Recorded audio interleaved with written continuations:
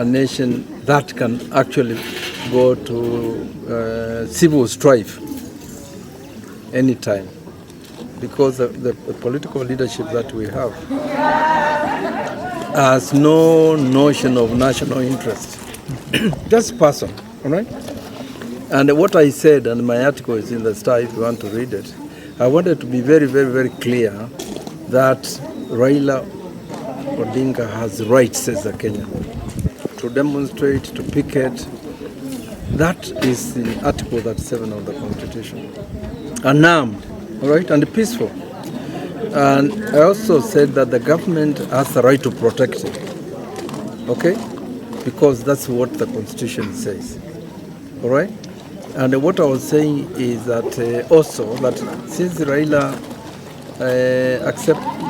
went to the Supreme Court, all right, it becomes very difficult for me to see how he's going to use the same Supreme Court to open the servers when he didn't bring that evidence when the case was the Supreme Court.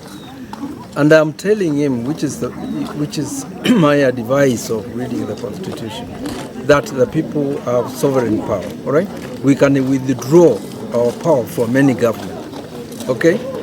And I thought that instead of going to the Supreme Court, he could have actually gone the political way. The political way is to say, I have to see the servers, if that's what he wanted, all right?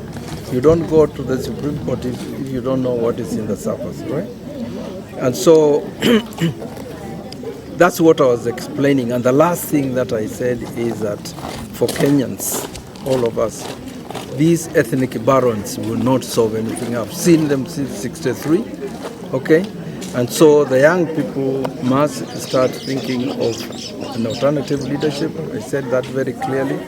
And I said that on Sabasaba this year, we will have to have a Kongomano where we talk about these things, because I think we ourselves as people should be the ones monitoring the government and the opposition, because they are the same.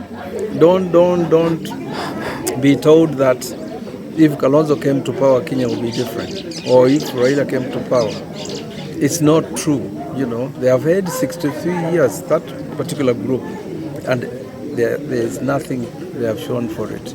Okay, so that was basically my position and what I see as the status of the nation, and that I think is, of course, the young people who can fight ethnicity, it's the young people who are denied rights about jobs, about health and so forth, and you have to focus on those things, okay, because it's your country, which you might lose because of sovereign debts and so forth.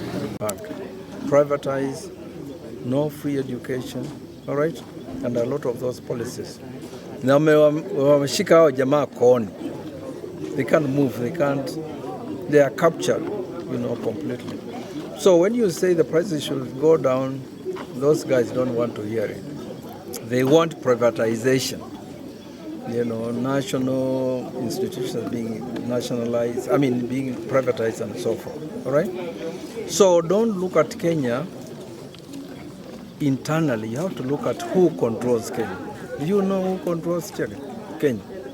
Not the people we vote in, but the cartels that have given them money to get elected.